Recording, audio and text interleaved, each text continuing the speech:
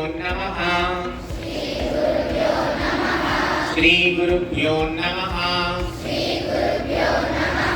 श्री गुरुभ्यो नमः ज्ञानानन्दमयं देवं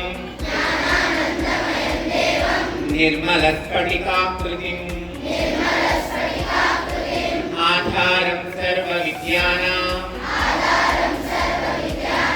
हयग्रीवमुपास्महे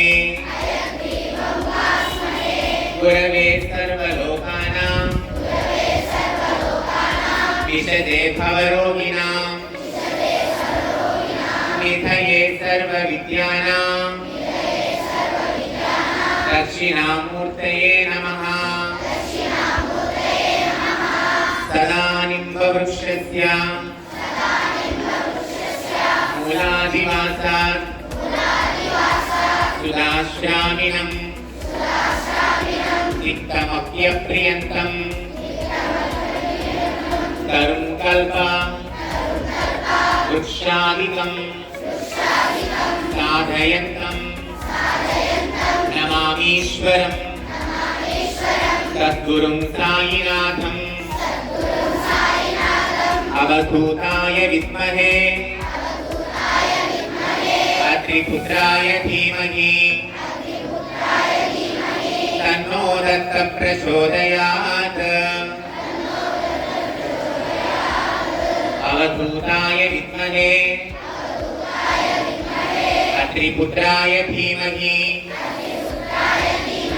तन्नो दत्तः प्रचोदयात्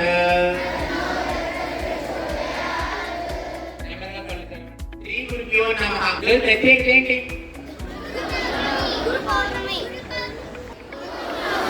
నా క్వశ్చన్ జాగ్రత్తగా వినాలి. పూర్ణిమయా పున్నమియా పౌర్ణమియా?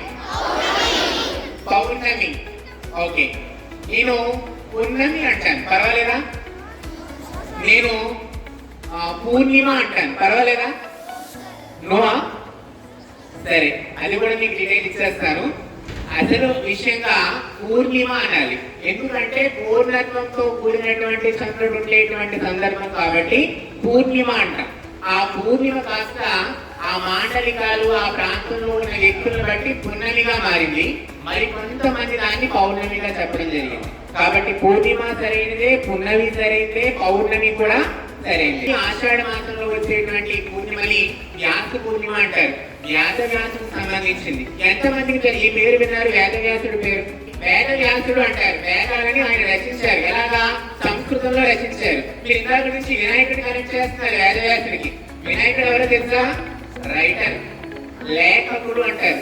రైటర్ అండి. అంటే ఆయన రాసినటువంటి ఆ భారతాన్ని గంటం పట్టుకొని ఎవరు రాశారు?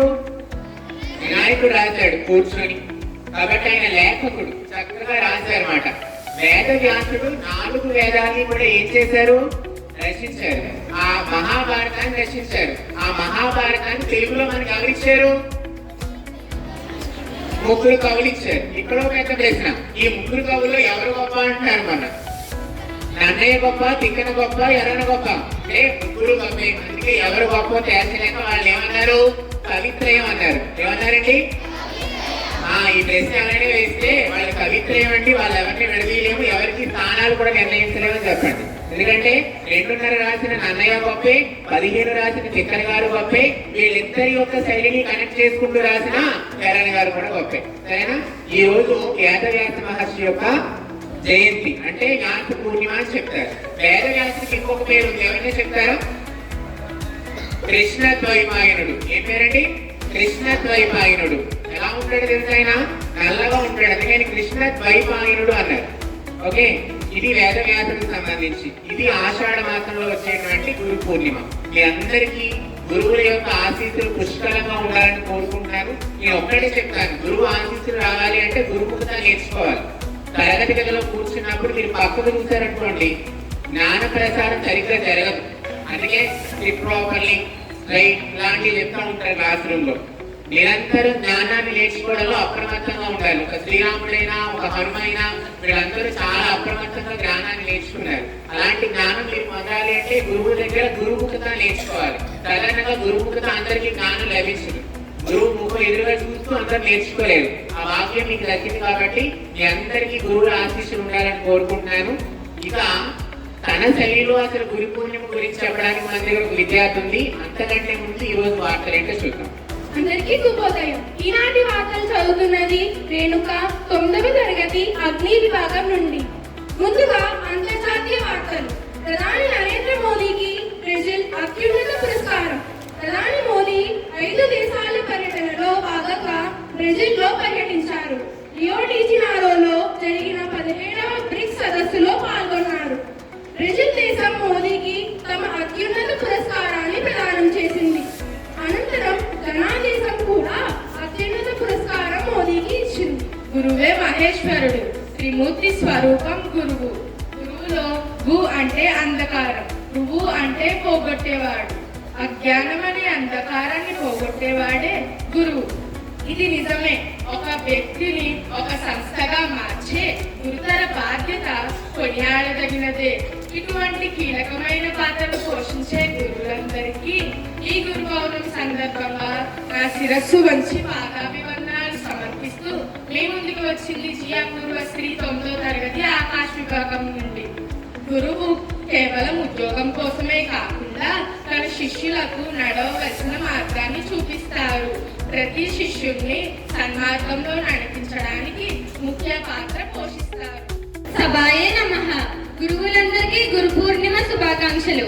నా పేరు విజయహాసిని, 9వ తరగతి శౌర్య విభాగం నుండి వచ్చాను. ఈ రోజు నేను వేమన శతకంలోని కొన్ని పద్యాలు చెప్పబోతున్నాను. అనగననగ రాగమతి శైలుచునుండు, తినగ తినగ వేము తీయనుండు, సాధనమున పనులు సమకూరు ధరలోన విశ్వదాభిరామ వినురవేమ. 2వ పద్యం. మేడి పండు చూడ మేలిమయ్యుండును, పొట్ట విప్పి చూడ పురుగులుండు, పిరికి వాని మది పింకి మీలాగురా విశ్వదాభిరామ వినురవేమ. అందరికీ శుభోదయం. నా పేరు హలీమా సాదియా. నేను 8వ తరగతి కాకతీయ విభాగం నుంచి వచ్చాను. ముందుగా గురువులందరికీ గురు పౌర్ణమి శుభాకాంక్షలు. నేను ఇప్పుడు 2 సుమతి శతక పద్యాలను పాడబోతున్నాను. ముందుగా తన కోపమే తన శత్రువు, తన శాంతమే తనకు రక్షదయ చుట్టంలో, తన సంతోషమే స్వర్గము, తన దుఃఖమే నరకమంటు తద్యము సుమతి. 2వ పద్యం. పుత్రోత్సాహము తండ్రికి, పుత్రుడు జన్మించినప్పుడే పుట్టదు, జనులు ఆ పుత్రుని కనుగొని పొగడగా, పుత్రోత్సాహము నాడు పొందుర సుమతి. ధన్యవాదాలు. శ్రీ గురుభ్యో నమః. సభాయ నమః. నేను తీసుకున్న అంశం ఏంటంటే భాష గురించి చెప్తాను. భాష మానవుల యొక్క మనుగడ సాగించడానికి భాష చాలా అవసరం. భాష అనే సంస్కృత ధాతువు నుండి భాష అనే పదం పుట్టింది. అయితే ఈ భాషలో మాండలిక భాషలని కూడా కొన్ని రకాలు ఉన్నాయి. మాండలిక భాషలు అంటే యాస భాషలు అన్నమాట. ఒక్కొక్క ప్రాంతంలో ఒక్కొక్క విధంగా మాట్లాడతారు, భావం మాత్రం ఒకటే. అదేవిధంగా మన భారతదేశం గుర్తించిన భాషలు మొత్తం ఏంటంటే 1652 భాషలు. రాజ్యాంగం గుర్తించిన భాషలు మొత్తం ప్రస్తుతం 22. మొదటగా భారతదేశం గుర్తించినటువంటి భాషలు మొత్తం 15 మొదటగా, తర్వాత ఇంకొక 3 18, తర్వాత ఇంకొక 4 22 భాషల్ని భారత కేంద్ర ప్రభుత్వం గుర్తించింది. మరి యొక్క అవకాశాన్ని ఇచ్చిన ప్రిన్సిపల్ గారిని హృదయపూర్వకంగా ధన్యవాదాలు తెలియజేసుకుంటాం.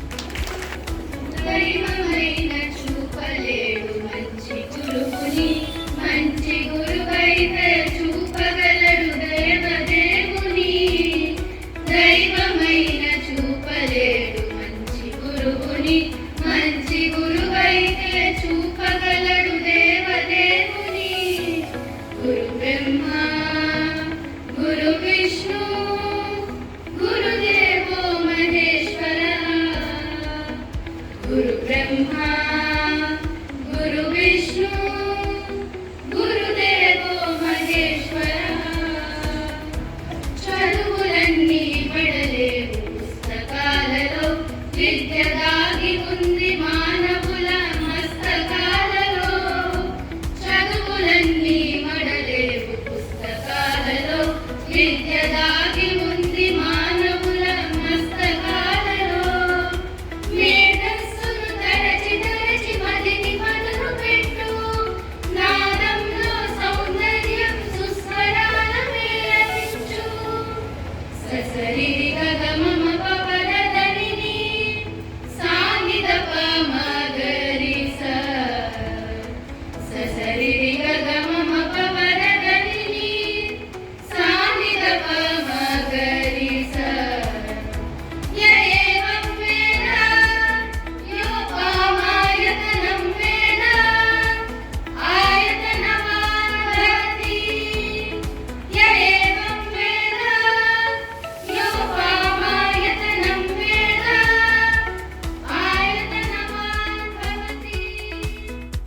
Can I just check your memory? What I have really expressed in the last Assembly Act? World's smallest park, where it is? Nagaizumi, Japan it is. Very good, very good. Okay, world's largest, tallest statue? Okay, National Civil Servants Day? Very good, you're all listening, you're all following. There was a finance minister in our country, finance minister, who generally does the budgeting work. Irrigation this much, electricity this much, government welfare schemes this much, developmental schemes this much. He will allocate the budgets of a state. He is known as finance minister, right? There was one finance minister in India, and he is from Chhattisgarh. What he has done is, he has presented his budget in a handwritten format. And the whole budget was done in 100 pages. 100 pages handwritten format. Under a finance minister, there will be not less than 10 IAS officers. Generally, they will do all the allotment, allocation of funds. Only the finance minister will sign on that. But this person, what he has done is, he scripted it, and when he is presenting the budget in the state legislative assembly, to whom they will present the budget in the state assembly? To the speaker. Speaker is a Raman Singh. Raman Singh is the speaker of Chhattisgarh, and he, without using any sort of the script, he is giving it out. All the numbers, all the statistics, he is giving it out without referring to any page. How nice it is. That finance minister name is Om Prakash Chowdhury. Very, very inspiring, I felt. Is that inspirational or not, my dear students? Tell me. So very, very nice. Never I have seen in the recent past of that sort. They will read pages and pages together. But this Om Prakash Chowdhury, who is the finance minister of Chhattisgarh, presented the budget without seeing a handwritten format. So inspiring, I felt. Maybe we may have to be really inspired by that when we are presenting something. Whether it is on the assembly dais or special occasions we may have to speak, that has to be very, very natural, I believe. Clear? In the same kind, I just wanted to ask you a few questions. Who is the finance minister of Andhra Pradesh? Somebody is telling, very good. Yes. Payyavul Kesu, very nice. Who is the finance minister of India? This I think you can tell. Nirmala Sitharaman. Who is the finance minister without using the typed formats, presented the budget in a handwritten format? Om Prakash Chowdhury. Is the finance minister for which state? Chhattisgarh capital. Raipur, wonderful. Chhattisgarh got separated from which state? Madhya Pradesh. MPC is the code. Which course you will take after 10th? MPC. MP, Madhya Pradesh. C means Chhattisgarh. From MPC, Chhattisgarh got divided in which year? 2000 year. Who is the speaker of Chhattisgarh? Raman Singh. To him only he just presented the budget. Hi children. మీ అందరికీ కూడా ఈరోజు గురి పౌర్ణమి అంటే వ్యాస పౌర్ణమి శుభాకాంక్షలు. ముందుగా 2 నిమిషాలు మన ఆదిత్య విద్యా సంస్థల గురించి చెప్పిన తర్వాత మనం మిగతా విషయం మాట్లాడుకుందాం. నేను మన చైర్మన్ ఆదిత్య శాసారెడ్డి గారికి, అంటే శాసారెడ్డి గారు అంటే నాకు చాలా ఇష్టం అండి. ఎందుకంటే ఆదిత్య విద్యా సంస్థ కాదు అని చెప్తూ ఉంటాను శాసారెడ్డి గారికి, చైర్మన్ గారికి. ఇది ఒక విద్యా వ్యవస్థ. ఒక సామాన్య వ్యక్తి ఒక 40 ఏళ్ల క్రితం ఒక సంస్థను ప్రారంభించి ఇవాళ మీరు ఇన్ని వందల వేల మంది విద్యార్థులకు రాష్ట్ర దేశ స్థాయిలో కాకుండా ప్రపంచ స్థాయిలో కూడా ఇంజనీరింగ్ అడ్మిషన్లకు అవకాశం ఇచ్చి ఎందరో వేలాది మంది విద్యార్థుల్ని ఉత్తమ పౌరులుగా వాళ్ళకు ఉపాధి కల్పించేందుకు మంచి ఉద్యోగకర్తలుగా రూపుదిద్దడమే కాకుండా కొన్ని వేల మందికి దాదాపు 5,000 6,000 మందికి ఉపాధి కల్పించినటువంటి చైర్మన్ గౌరవ నల్లమిల్లి శాసనరెడ్డి గారికి ముందుగా నా హృదయపూర్వక నమస్కారాలు కృతజ్ఞతలు.